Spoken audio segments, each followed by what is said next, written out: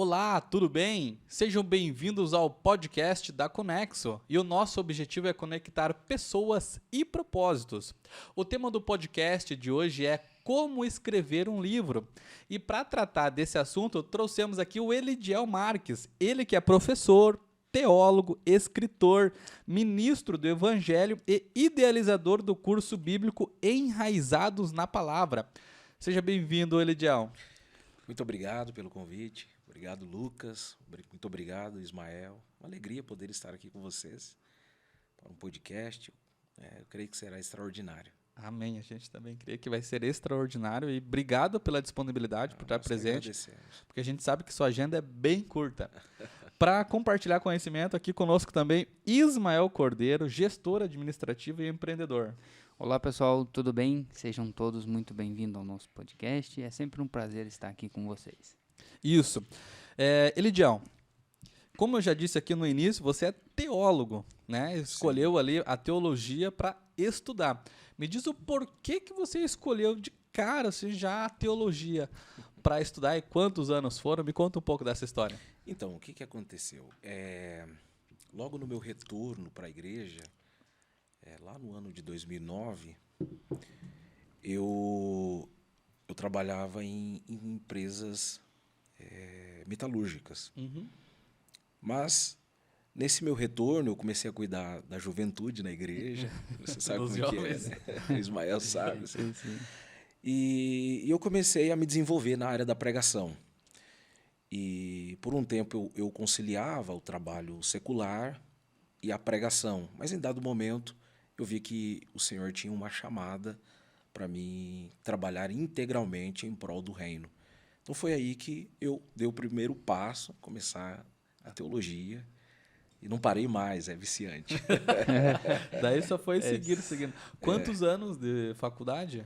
Então, eu fiz o bacharel, né, a graduação, 4 anos, eu comecei... 4 anos. Isso, eu comecei no ano de 2010, logo ali no início do ano de 2010, fiz até o ano de 2014, concluí, depois... Fiz algumas pós daí. E o ano passado eu comecei um mestrado daí. Meu Deus, não para. Então, em 2010 ele desperta para fazer a faculdade por conta ali do chamado, por conta ali do que você estava sentindo. E 4 anos e cursos e cursos e cursos e agora mestrado. Porque o que acontece, Lucas e Ismael? A pregação é algo muito sério. Né? Nós estamos lidando com vidas. Sim. Então, se você fala qualquer coisa que comprometa, você pode lançar a alma da pessoa no inferno. E no nosso meio pentecostal há essa exigência. E eu vejo que o tempo em que estamos vivendo é necessário nós nos aprofundarmos na palavra do Senhor. Então, foi muito especial, né, estudar teologia e pretendo concluir aí. É importante o que ele disse, né, Isma? A gente que é criado no Evangelho, somos cristãos.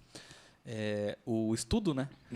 Porque quem realmente está lá em cima tem uma responsabilidade, porque quem está embaixo quer ouvir algo que às vezes ele está ouvindo, para ele se torna uma verdade muito forte. E se a pessoa que está lá em cima realmente não está apta ali, preparada para estar replicando aquilo que realmente a Escritura diz. Então, por isso que a importância, né, pastor, da teologia. Com certeza. Se a gente não prega a sã doutrina, que a palavra sã ali no grego é saúde, que a doutrina é o ensino. Sim. Se você não prega, se você não insere saúde no corpo da igreja, no corpo que é a igreja, a gente vai colocar doenças. Então, Paulo, quando escreve a carta a Timóteo, ele diz que todo aquele que não prega o evangelho, ele acaba infectando o corpo de Cristo. Isto faz com que o corpo de Cristo fique doente. Paulo chama de gangrena. Nossa. Que é como se fosse uma doença corrosiva. Eu imagino, de repente, o senhor em algumas igrejas e vendo algumas ministrações e dando até umas torcidas, de repente, dependendo do que você está ouvindo lá em cima, né? Esse não está bem assim, esse o contexto é outro. Acontece disso ou não? É verdade. Mas o que acontece, né?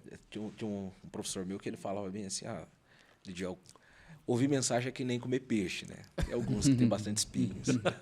Outros não tem quase nada.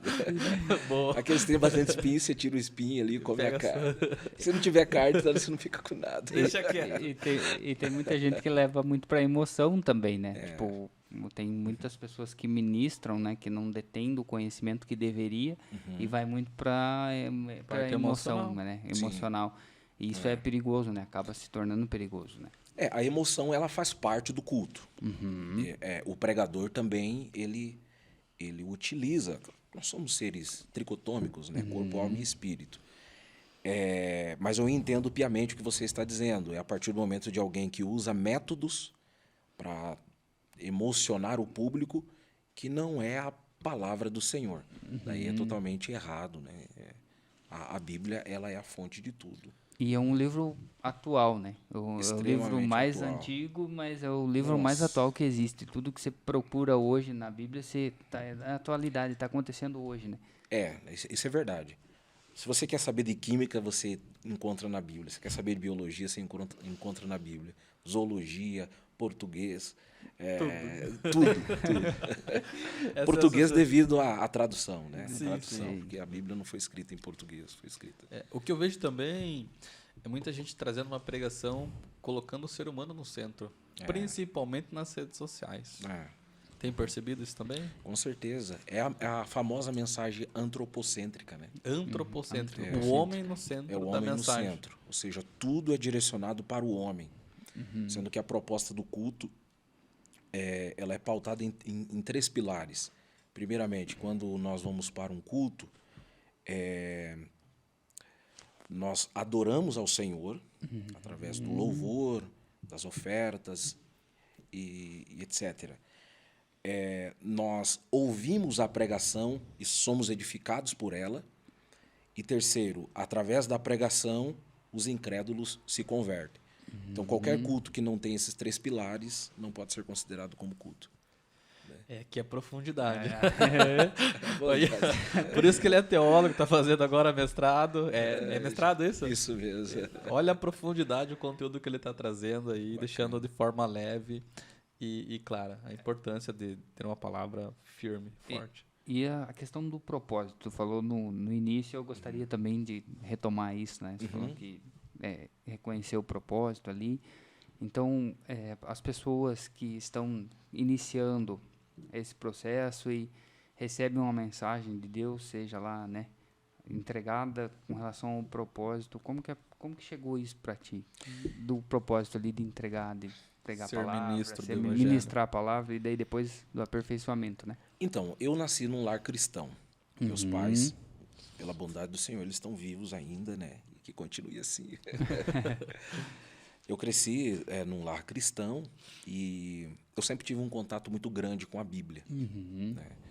Então, eu me lembro a minha infância, os cultos domésticos que tinham na minha casa. A gente foi ter televisão com 12 anos.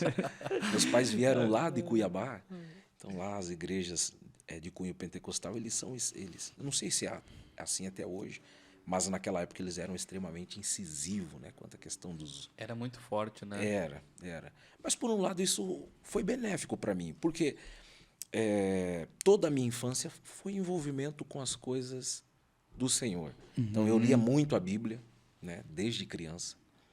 No entanto, que eu comecei... Já tinha um contato, né, com a palavra. Quando eu fui fazer o primeiro ano, eu já sabia ler.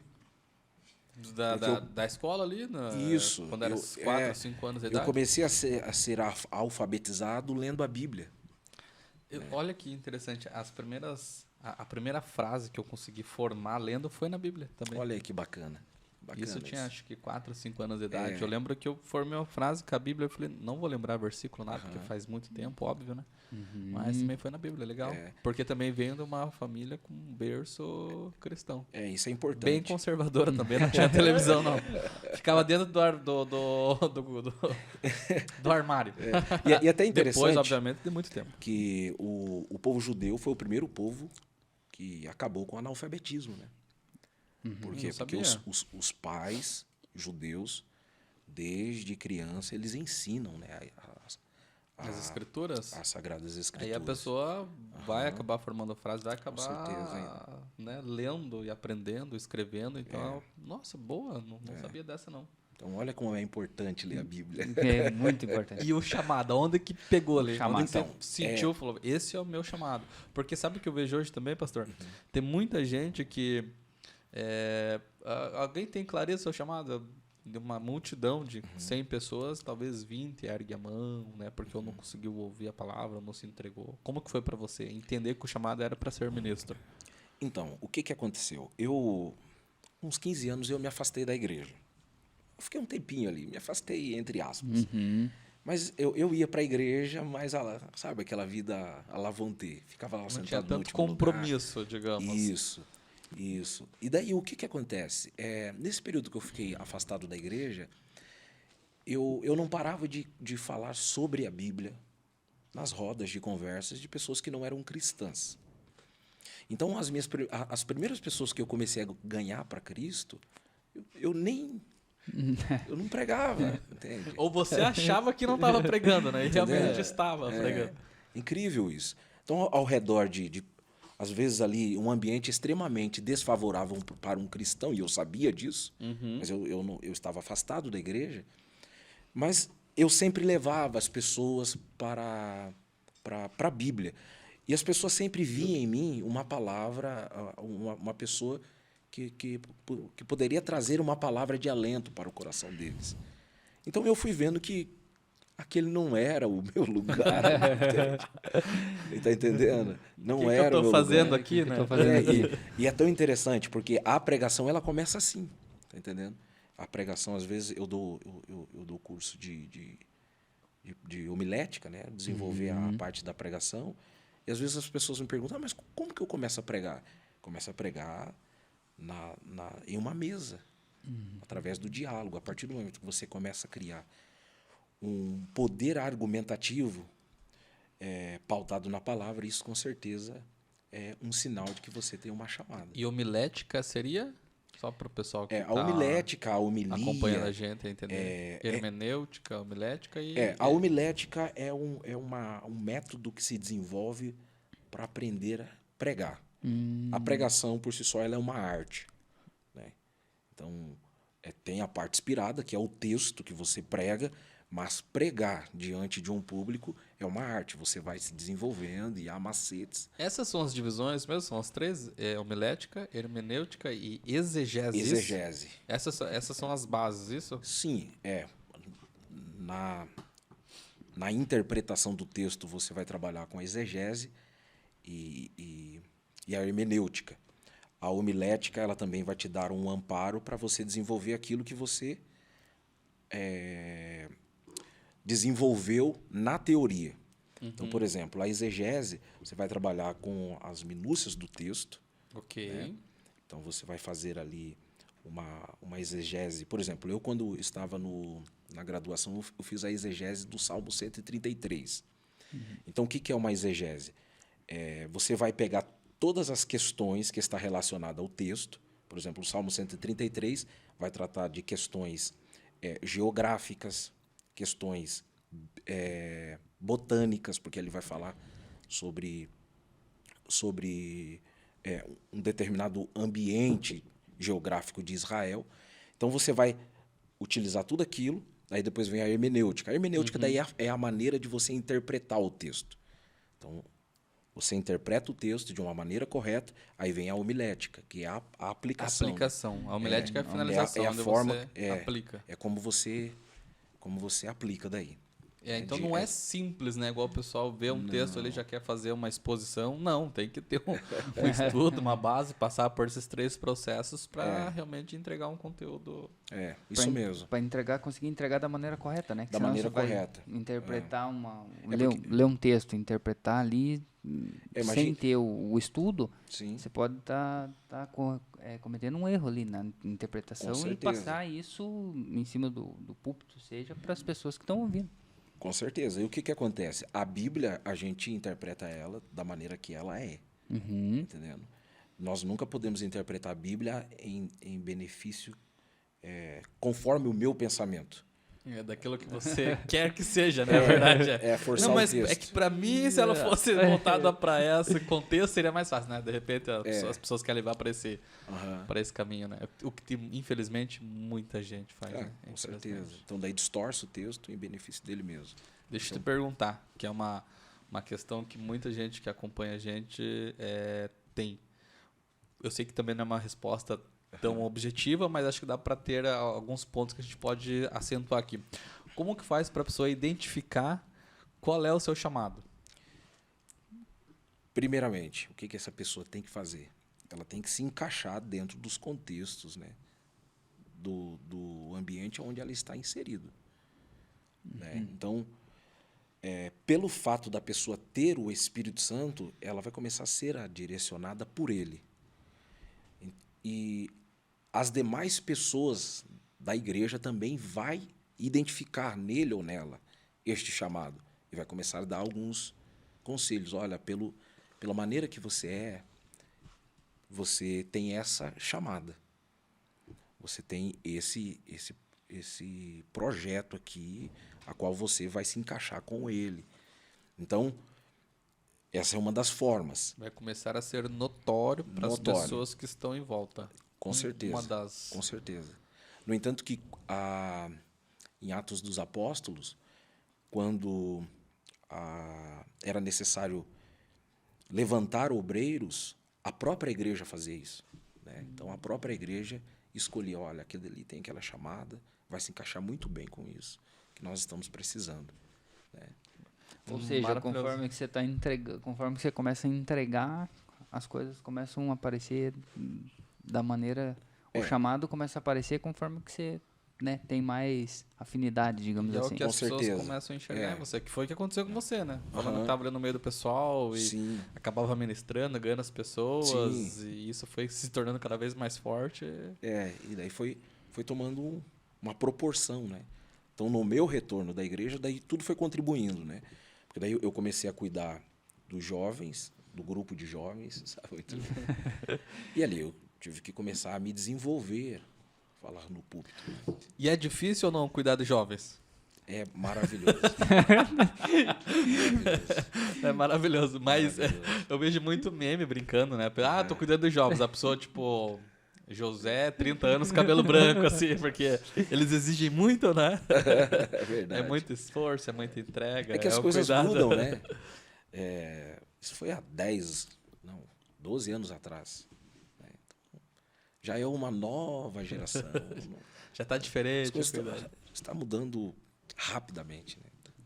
Bom, a gente falou um pouco aqui sobre o chamado do pastor Elidiel, que ele é ministro do Evangelho, falou um pouco do início dele, do berço dele, de como ele encontrou o chamado perto dos amigos, ali no momento que ele acaba se afastando um pouco da igreja. Com 15 anos, você falou isso? Sim. 15 anos.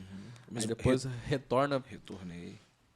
Uma potência aí, firme e forte. Posso falar algo aqui? Por favor. Uma das coisas que contribuiu muito foi... Você sabe ali a Salgado Filho? Conhece Sim, Salgado conheço. Filho? Então, teve um dia, eu trabalhava ali, era o meu primeiro emprego, e foi uma irmã, lá naquele estabelecimento onde eu estava, e ela começou a perguntar para algumas pessoas, eu preciso falar com um menino por nome de Elidiel. Não, Elidiel está no estabelecimento do lado.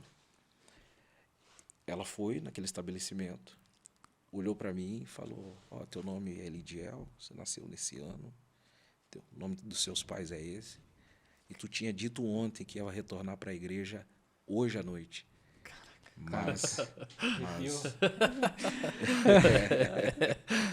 Mas Deus ouviu a sua oração e Ele me enviou até esse lugar para te dizer que a tua história começa hoje.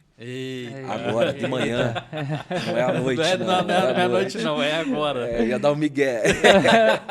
Mas eu tinha falado, não, é agora. É agora. Sério? É agora. Meu Deus. Aí, tremendo, o que né? Então, são essas coisas, entendeu? Ela começou a falar da chamada que Deus tinha na minha vida. Começou a falar coisas que eram particulares. Porque o que acontece? Eu, quando tive quando eu tinha 1 ano e 8 meses, eu sofri convulsão cerebral. Né? Então, o Senhor me ressuscitou. Isso aconteceu lá em Cuiabá e ela foi falando tudo isso.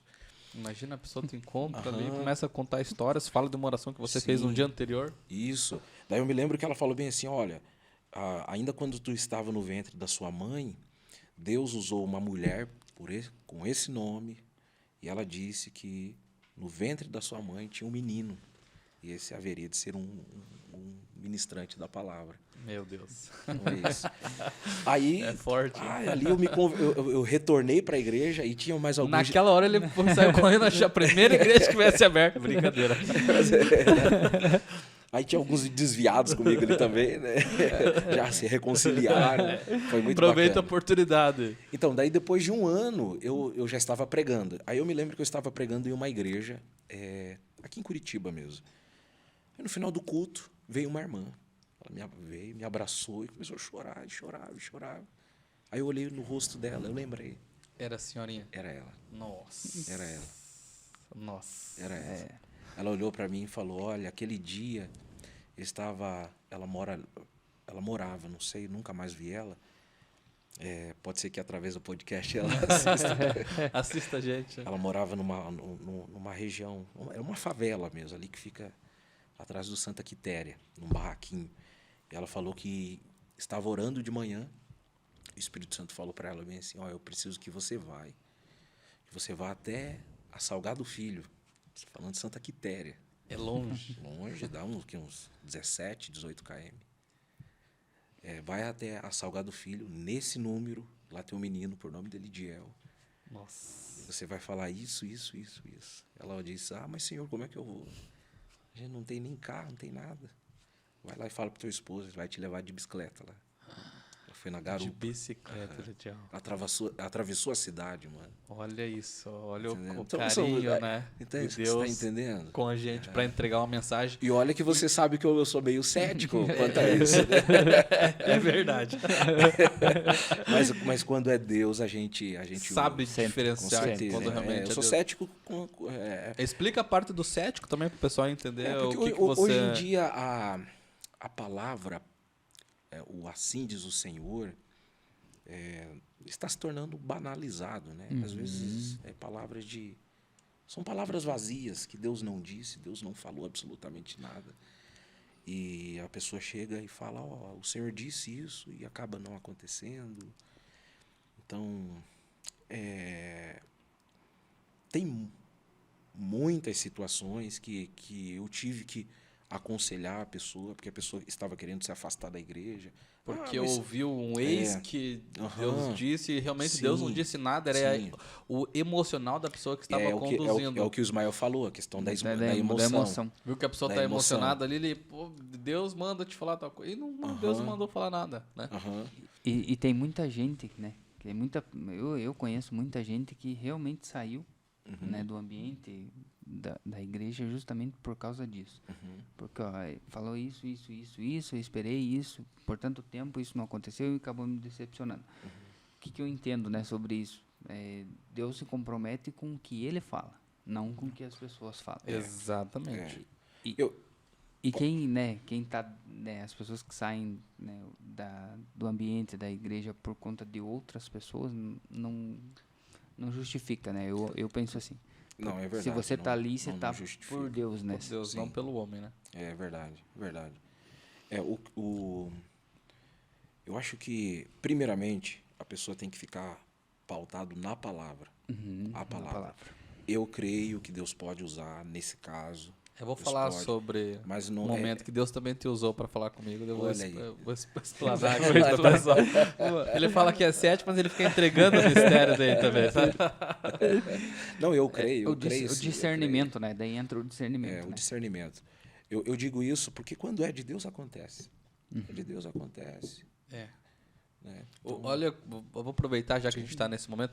Quando ele fala cético, que para quem já ouviu a pregação dele, eu já vi ele pregar várias vezes, realmente é Bíblia pura. É teologia ali vindo, arrastando o conteúdo, trazendo ali histórias, momentos, passagens, explicações ali e aplicações, né, firmes. não é aquela pregação que a pessoa chega, lê um versículo ali e vai para a parte do emocionalismo, começa a ser coach ali em cima. Realmente, ele é Bíblia pura. Tanto que ele já tinha comentado isso com a gente, ele foi por muito tempo professor da escola bíblica nossa, e a gente já sabia do formato dele. Só que, olha o que aconteceu comigo. Pai e mãe, né? Então, meu pai e minha mãe, eles se conheceram novos, e daí a minha mãe trabalhava na casa de doméstica, na casa do meu pai. Ela tinha um filho, que é meu irmão, o Paulo. E os dois fogem. Quando eles fogem para Curitiba, vem sem ninguém. Sem rastro nenhum. Sem pai nem mãe, sem absolutamente nada. Até falo pro pessoal que é próximo ao meu. Eu ia na escola, o pessoal perguntava, pô, vou na casa do meu primo. Eu falei, o que é primo? Não, primo funciona o seguinte. Primo é quando você tem um pai, teu pai tem um irmão, logo, se ele tem um filho, ele é teu primo. Falei, e teu primo? Falei, não, gente, ele não conhece tio. Nem por parte de pai, não, e por parte de mãe. Também não. Que era um assunto muito delicado para os dois, ninguém falava nada, ficava um mistério tremendo, né? Meu pai, depois que eu descobri, depois de um certo tempo, ele é fruto de uma relação extraconjugal, dele é dado para uma família criar. Essa família que cria ele é uma família racista. E ele é negro, né? Então ele sai revoltado de casa junto com a minha mãe. Então não conhecemos absolutamente ninguém. Minha mãe faz uns 2 anos que ela faleceu de câncer. E antes dela falecer, ela sempre falava, ela começou a falar de um irmão dela, um ou outro que ela lembrava. Isso pro meu cunhado e pra minha cunhada e pro meu irmão, que ela morou com o meu irmão ali antes dela falecer. Beleza. Ela faleceu. Depois de alguns meses, a gente tem um grupo da família. Né? Aí eu no trabalho, eu não mexo no celular. Eu não mexo. Aí tinha uma reunião da sede lá, eu não lembro o que era. Acho que era de obreiros. Aí eu tava pegando um carro, me deslocando pra sede. E aí a minha esposa, Paloma, olhou e falou, você viu no grupo lá que acharam os parentes da sua mãe? Eu falei, não é possível. Tá de brincadeira, não tem lógica. Nunca ninguém achou nada, nem ninguém. Não, mas acharam, olha lá. Eu falei, meu Deus, não é possível, né? E minha mãe tinha acabado de falecer, fazia menos de 1 ano. E a vida inteira, né, com o desejo de encontrar e tal. Aí eu olhei a foto. Falei, tava abastecendo, fui lá, olhei a cara da minha mãe, os irmãos. Olha, tem um áudio da minha cunhada explicando isso aqui. É o tio de vocês, encontrou a gente. Nossa. Ele trabalhava de segurança, tinha um policial perto dele. Ele falou que tinha uma irmã que queria encontrar. Ele falou, olha, tem um sistema aqui, quer puxar pelo nome? Ele puxou pelo nome dela, Maria Aparecida de Lima. Dele encontrei, só que ela tá em óbito, né? Ela faleceu. Mas tem um endereço aqui. Dele, eu vou no endereço. Aí foi onde ele encontrou o meu irmão. Né? Aí, quando ele foi na casa do meu irmão, encontrou a minha cunhada lá, ele falou quem que era, porque é a cara da minha mãe. A gente descobriu que tinha mais 9 tio. Então, tinha mais uma porrada de tio. Pra quem não tinha nenhum. Pra quem não tinha nenhum. Aí, só para o pessoal entender, eles moravam em Curitiba. O meu irmão mora em Curitiba, que é onde a gente está. E eles moram em Almirante Tamandaré. Nossa. Aí eu tenho o tio que trabalha em Araucária, que é onde eu moro. Aí eu tenho o tio que tem enteada, filhos que moram a 3 quadras da onde eu moro. Então tava tudo meio próximo. Nossa. Aí só que nesta noite veio o questionamento, né? Por que agora? Né? Que era o desejo dela encontrar todos. E era o desejo deles todos encontrar ela, porque ela era a única que tinha saído de perto da família. Todos saíram, mas eles voltaram e tal. Porque era comum o pessoal sair cedo de casa, né? Antigamente, né? E sempre eles procuravam ela. Daí a gente marcou um almoço na casa de um tio, foi aquela emoção para todos os lados, porque eles são bem parecidos, de ver a gente também, e lembra e tal, né? Mas eu questionei, né? Era um sábado. Tinha a reunião de obreiros, eu fui para oração, que tem de noite ali em Araucária. Eu falei, Deus, tá tudo bem. Tá tudo certo. Você não precisa me explicar absolutamente nada, porque você é Deus e acabou. Né? Só fala comigo. Né? Fala comigo, só isso. Mas não precisa me explicar nada, porque se foi assim, porque tinha que ser assim, e tem um propósito para que seja assim. Né? Eles não se encontraram. Por um período de tempo assim muito curto, por pouca coisa, né? Enfim. No dia seguinte você prega. E realmente ele é Bíblia Bíblia pura, pura. ali, teologia, a parte de revelação é utilizado com menos frequência, né, pastor? Aí ele lá ministrando, não vou lembrar a palavra, e lenha, Bíblia, toma-lhe Bíblia, lenha, e versículo, e Bíblia, lenha. Aí acabou a pregação, estava finalizando, tem a parte da administração ali com o louvor dele, desce e realmente conta a história, não sei se você se lembra, desde o princípio. Do ventre, foi a mesma coisa que a irmã usou. Que Deus usou a irmã para falar com você. Foi a mesma coisa. Aquilo foi realmente uma resposta. Então. Porque foi um dia anterior, falei, Deus, tá tudo certo, só fala comigo. O pastor falou comigo, falou de todas as promessas que eu já sabia. Então ele realmente foi um renovo ali naquele dia. Você veio, ó. Aí fala que é 7. Tu vê que eu creio, né? Eu creio. Maravilhoso. Deus te usou aquele dia. Amém. A gente prolongou aqui porque o assunto tá gostoso, mas o que eu queria falar, pastor? Eu queria falar sobre isso aqui, ó. Jó ao cheiro das águas. Um livro da autoria do pastor. Eu queria que você contasse pra gente quais são os desafios de lançar um livro. Depois, por que você lança esse livro maravilhoso, que eu tenho um exemplar autografado e é um espetáculo. Amém. Então, os desafios para lançar um livro é a questão do tempo. Demora quanto? O tempo, obviamente, para você colocar ali tudo que está escrito, Sim. mas quanto tempo que demora uma elaboração também? Outra pergunta, já fiz várias perguntas, mas quanto tempo? Poxa, esse livro durou tanto tempo para mim poder escrevê-lo. Para escrever. Então, esse daqui com 100 e poucas páginas. Eu escrevi ele em um mês e pouquinho. É rápido, né? É rápido. Depende muito da sua dedicação diária. Por exemplo, agora eu estou escrevendo outros livros, que daí já é uma série de livros. Outros. Eu concluí o primeiro, vai dar aproximadamente umas 400 páginas. Uau. Então eu tenho me dedicado bastante. 400 páginas? 400. Esse que é de 108, então é 4 vezes mais. Sim, sim. É que esse daqui, eu escrevi ele. O que acontece? O livro de Jó, para mim, é um dos livros mais Ele é o livro mais apaixonantes. antigo da Bíblia mesmo? Ou não? O O livro de Jó? Depende. Depende da sua linha de raciocínio. linha de Mas raciocínio. algumas pessoas dizem isso, né? Sim, alguns dizem que Jó foi um personagem contemporâneo de Abraão. Contemporânea que viveu na mesma época, Isso. correto? Aham. Isso mesmo. Eu vi alguma coisa assim por conta que eles fazem comparações com a forma da escrita. É isso? Então, algo assim? Então, a minha dissertação do mestrado vai ser no livro de Jó, Jó 24. E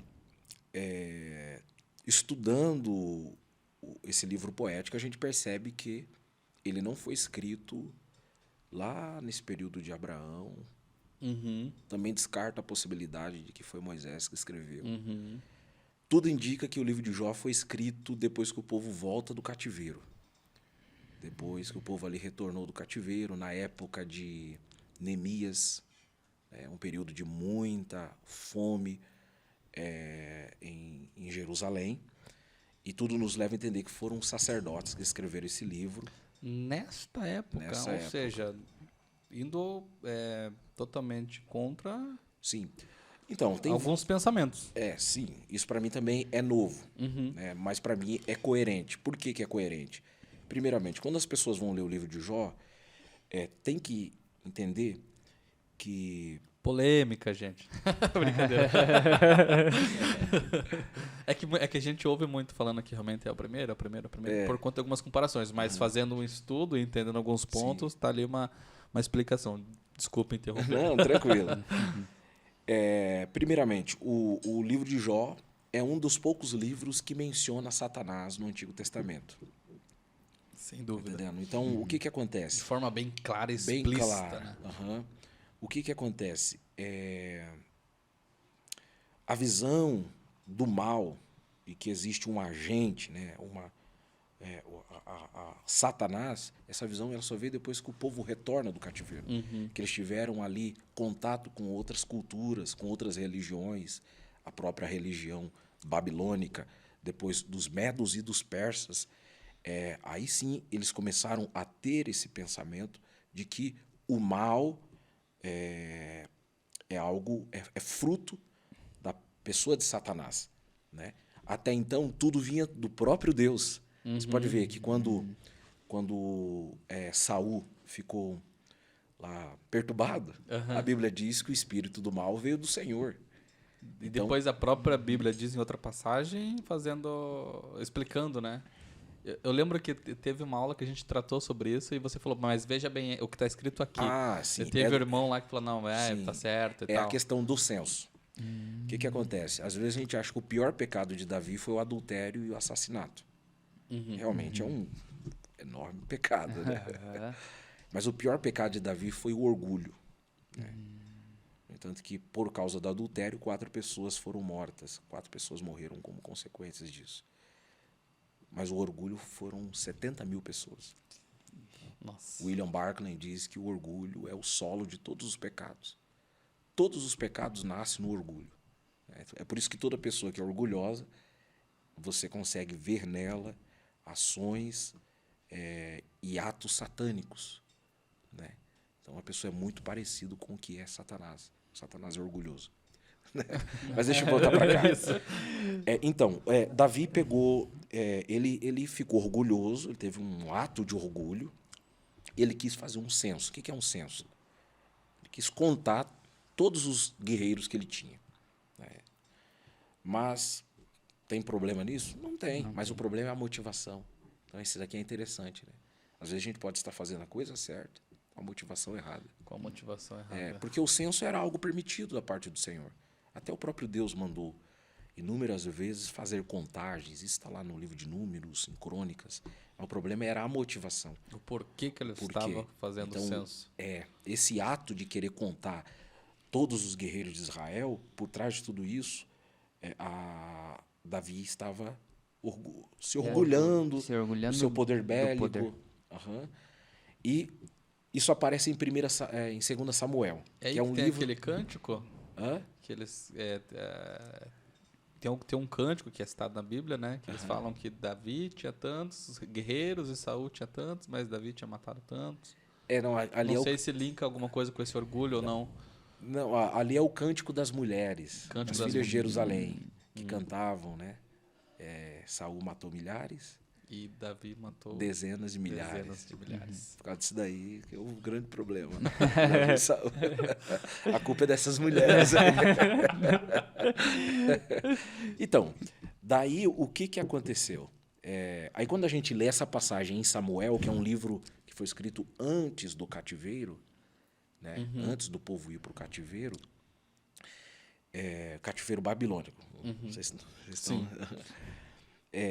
lá está escrito, e ele incitou Davi a fazer a contagem, mas não diz quem. Aí, quando a gente lê em Crônicas, que é um livro período pós-cativeiro, aí lá deixa claro, e Satanás. Entendi. Então o povo já tem uma nova concepção. Só que a partir deste momento que eles começam a trazer essa linguagem de Satanás para a Bíblia, aí também prova, né? É uma das evidências que mostra que realmente Jó não podia ter sido escrito naquela época, porque eles não faziam essa menção do mal eles não tinham vinculado ao nome Satanás. Não tinha ainda essa... Porque a palavra Satanás ela aparece em Zacarias, pós-cativeiro, um livro pós-cativeiro, um livro profético. Crônicas, que é um livro histórico pós-cativeiro.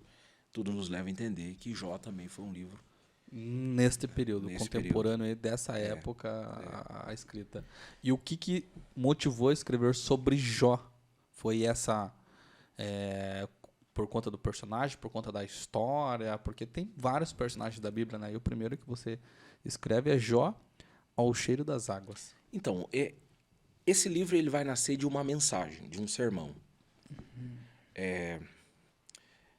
O livro de Jó ele é rico de metáforas, figuras de linguagens. E eu preguei muito tempo um sermão que eu utilizava a figura de uma árvore E por várias vezes Jó é comparado como uma árvore. Isso no capítulo 8, capítulo 14, capítulo 18, 29, né? Várias vezes.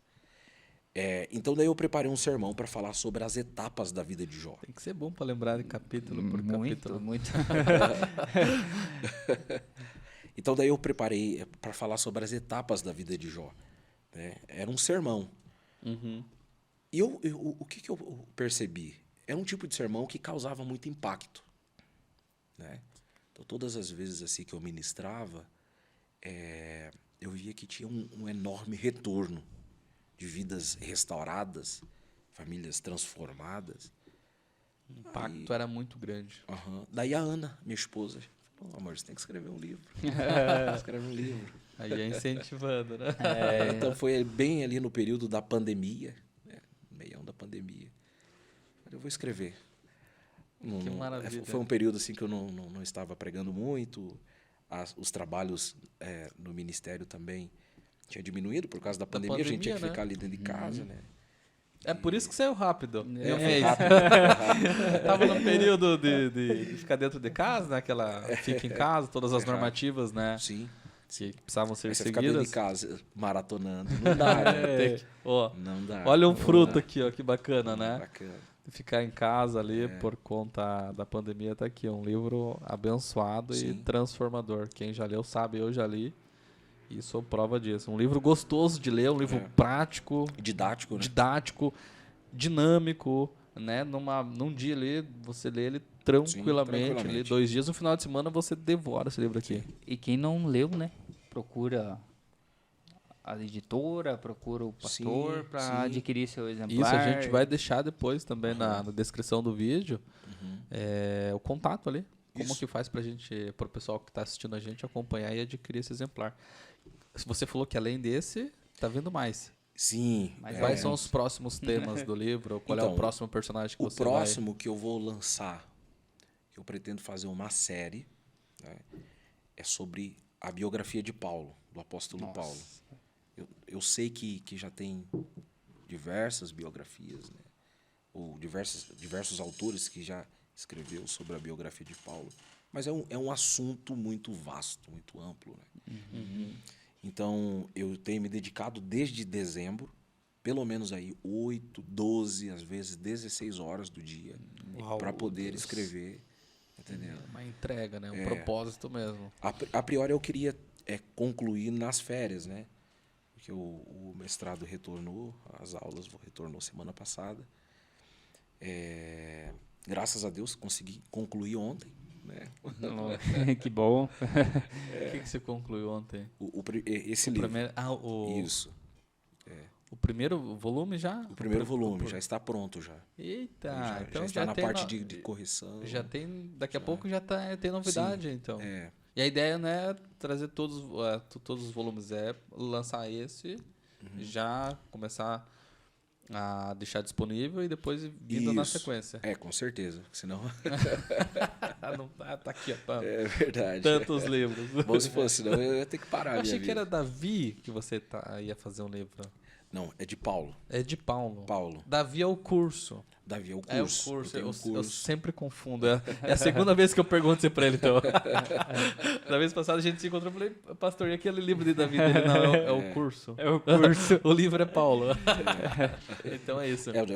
O livro fala sobre a infância de Paulo até o martírio dele, né? Toda a história. Toda a história. Paulo é um fascinante. personagem assim, incrível. Né? Quantas cartas ele escreve? Paulo, a metade do Novo Testamento é de autoria dele. Nossa, a importância São de Paulo pro 13 Evangelho. cartas, né? 13 epístolas, né? Sem falar o documento histórico Atos dos Apóstolos, que Lucas escreve também a partir do verso... Escrito por Lucas, Atos, né? Isso, companheiro de Paulo também, né? Então, a partir do capítulo 7 de Atos ali, ele começa a falar sobre Paulo. Imagina como é que não vai ser esse livro. Não, vai ser... Se preparem. Muita coisa boa chegando aí. Muita coisa boa. Às vezes eu ouço algumas pessoas falando, não faça teologia, que senão você vai se tornar frio. Eu não sei de onde. Não sei de onde. Frio aonde, herege? Quanto mais eu conheço a Bíblia, mano, mais é apaixonante Mais a palavra apaixonante. do Senhor. E ela, quanto mais a fundo você conhece, você vê que tem mais detalhes que quando você não tem um conhecimento profundo, porque da mesma forma que ela é extensa, ela é profunda. Se você não se aprofundar, assim, meu Deus, agora tudo faz sentido. Você já teve que mudar alguma pregação? Como por assim? Conta de nível de conhecimento? Por exemplo, você disse que começa a pregar muito cedo, né? 15 anos, 16 anos é um jovem, né? Um adolescente ali. Sim. Hoje, você vê que lá atrás você teve que mudar alguma pregação comparando ao Elidial lá de trás? Muda. Por conta do conhecimento? Muda totalmente. Muda, né? Quando eu comecei a pregar, o que acontece? Quando a gente começa a pregar, falando de mim, né? A gente ainda não tem aquele domínio, tanto na exposição do texto e também diante de um público. Então, o que eu fazia? Eu citava versículos. Eu era um mero citador de versículos, entende? Eu lembro que a minha primeira mensagem foi sobre a graça.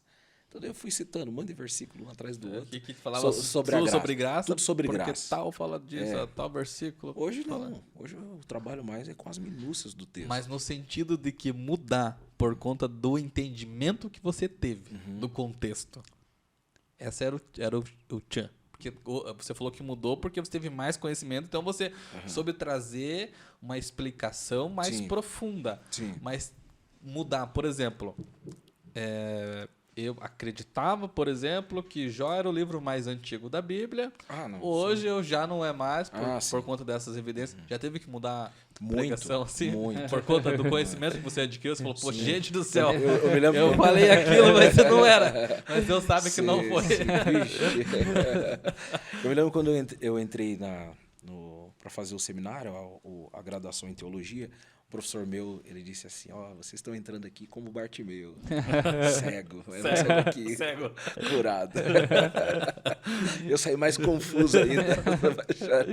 Teve que estudar muito mais ainda, teve verdade. que buscar mais conhecimento, mas isso é interessante. Falando em estudar, buscar conhecimento, a gente sabe, né, a gente te acompanha, sabe que você tem muito envolvimento e isso e aquilo, e a gente já falou de bastante tema, falou do livro, e agora eu gostaria que você falasse pra gente do teu projeto, Enraizados na Palavra. Explicasse, contasse pra gente desse projeto maravilhoso. O projeto Enraizados na Palavra é um projeto, eu tenho certeza que nasceu no coração de Deus. Eita, glória. Eu não vou falar que Deus sonhou, porque Deus não sonha, né? Deus decreta. Né? Quem sonha é a gente. A gente que sonha. A gente sonha, ele decreta. Tá decretado. Então, o projeto Enraizados na Palavra, ele começou a partir do momento que algumas pessoas que se identificam com o meu ministério chegaram a mim e falaram, olha, Ediel, eu não moro em Curitiba. Começou assim, eu não moro em Curitiba, mas eu tenho muita vontade de aprender da palavra do Senhor. Eu vejo que nos seus sermões você faz uma exposição bacana do texto. Forme um curso, faça um curso que eu vou comprar de você. Entendeu? Eu fui orar a Deus. Teve um dia que a minha esposa chegou e falou para mim assim, amor, minha esposa também é teóloga, né? Ana Caroline, beijo para ela. Olha, 2 teólogos. Não dá para falar nada perto ali, mas não é bem assim que está escrito. Brincadeira. Ela se formou agora, né? Eu acompanhei ele, mas se formou há poucos dias até, inclusive. 1 mês? Sim, 2 meses? Por aí. Muito inteligente, Ana. Então, tá esquecido. Do projeto. Enraizados na palavra. Aí você vai orar. Sim. E ela... Isso, daí a Ana falou, a gente deve começar. Falou dando, o Elidiel se desconcerta. Falou da esposa dele, fica todo bobo. É verdade. É o amor. É verdade. É que nós não passamos muito tempo juntos, mas nos últimos dias aí, devido ao trabalho, a gente tá um pouco longe um do outro, né? Mas eu amo muito a minha esposa. Então, daí ela falou, é bacana, vamos fazer isso. E ela chegou para mim e falou, o que você acha de a gente colocar o nome de Enraizados na Palavra? Olha que legal. Eu falei, bacana. Um nome forte, né?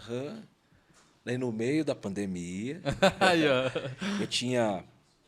eu peguei, felizmente, aquele Covid, emagreci um monte, né?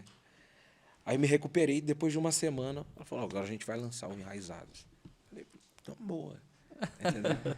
Lancei o Enraizados, eu vou ser bem sincero, eu não estava crendo que ia ter uma A repercussão que teve. repercussão. Entende? Mas é que o conteúdo ficou muito bom, né? É, bacana. Eu acompanhei ali no Instagram Sim.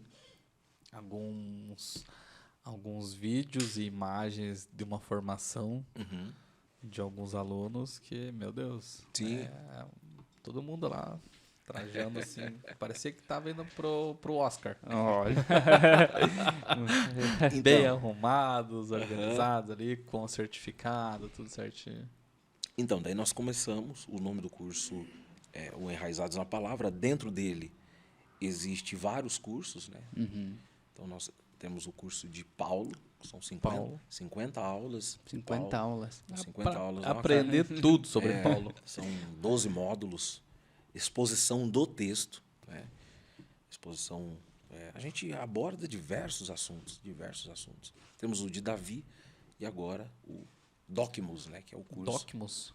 Que é o que seria próximo Docmus? que nós vamos lançar agora. Novidade, não pode ainda. Não, pode sim. É um curso de homilética. Homilética. O nome Docmus é um termo grego. Paulo, quando escreve a carta a Timóteo, ele diz que o obreiro tem que procurar manejar, né? Procurar bem a palavra, ser aprovado. Então, o termo ali aprovado no grego é dokimos. Né? E Paulo utiliza isso de algumas trapaças do imperador Nero na época. O que acontece? Nero, ele barateou a moeda, né? A moeda na época era de prata. O que ele fez? Mandou cunhar as moedas de cobre. E só colocou uma capinha de capa por cima. Deixou mais. Banhou a moeda de prata. Só uma a capinha. capa, que era de prata. E continuava E passava pelo valor de prata. o valor de prata. Nero. Desde lá de trás já tinha essas manobras aí. Já. Aí os comerciantes, né? Essa moeda é falsa. Como é que ele identificava? A moeda leve, né? Ou não? Não, era pelo tilintar. Pelo tilintar. Então ele pegava a moeda e jogava para cima. Quando a moeda caía no chão, pelo tilintar ele sabia se era verdadeiro ou não. Eita. Daí Paulo se apropria disso, né? E usa a palavra Docmus. Docmus, né? Docmus. Ou seja, pelo tilintar, dependendo do barulho, ela era falsa. Ou dependendo do barulho, ela era verdadeira. Prata. Era verdade. prata. Tá entendendo? Eu tive a oportunidade de passar por alguns meses, acho que até passou de um ano, onde o pastor Edial ministrava o curso, ministrava o estudo bíblico. E teve um momento que ele falou sobre realmente as cartas paulinas. Sim.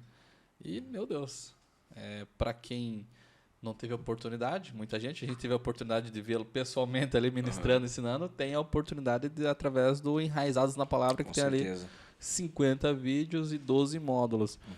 E é interessante que eu tenho alunos que não são cristãos. Eles querem entender Só da por curiosidade. história, curiosidade. É porque está Querem esmiuçado o conhecer tema, o texto. né? Tá ali bem feito a exposição, tá bem claro. Sim. Como que faz hoje para o pessoal encontrar esse conteúdo? É um site ou é alguma rede social? Enraizados na Palavra. Por intermédio do meu Instagram. Instagram. Né? Eu estou usando bastante, o Elidiel Marques. Elidiel Marques, tem algum ponto, alguma coisa ou tá direto Elidiel Acho que Marques? se colocar Elidiel Marques lá... Eu coloquei e apareceu, É. Elidiel Marques. Mas de qualquer forma também a gente vê e Tá, tenham cuidado de colocar certinho na descrição, tá ok. porque ali consegue fazer o contato. Eu vi que Isso. tem um Linktree. Que fala. Isso, Tá, tudo ali tem Você Facebook, consegue comprar o curso por ali, consegue fazer tudo por ali. Tudo por ali. Caso queira também comprar o livro, compra por Consegue ali e a por ali gente também, envia é. pelo... Eu vou falar um pouco sobre esse ensino sobre Paulo, porque eu tive a oportunidade de passar, do Elidiel passar para a gente essa informação do ensino pessoalmente. Então, para quem não teve oportunidade, a gente vai deixar na descrição do vídeo para você entrar em contato, procurar ele no Instagram e clicar lá e ter a oportunidade de ter esse material online. Quando a gente teve esse material presencial, é realmente maravilhoso. Era um ensino assim que a gente ficava assim, ó, de queixo, caído de boca aberta, porque a profundidade, as explicações e o cruzamento ali de textos bíblicos dando cada vez mais fortalecimento para aquela palavra, para não ficar algo fora de contexto, através aí da exposição e da explicação do Lidiel, era fora da curva. O método que nós utilizamos foi o método, a exposição do texto bíblico, é o método expositivo. Expositivo. Nós fizemos capítulo por capítulo, né? Capítulo por capítulo. Capítulo por capítulo. Então, você vai explicando, vai expondo o texto. Foi maravilhoso. Eu lembro que essa foi um segundo momento. E teve um primeiro momento que a gente conversou, que ele ministrou sobre o Velho Testamento ali desde o início. O pessoal de tabernáculo pode perguntar qualquer coisa lá, que o pessoal sabia decorar essa piada. Cada item, para o que significava, porque realmente a explicação era leve e era bem clara e transparente. Bacana. Legal. Estudar assim é bom. Lidial, a gente conversou bastante.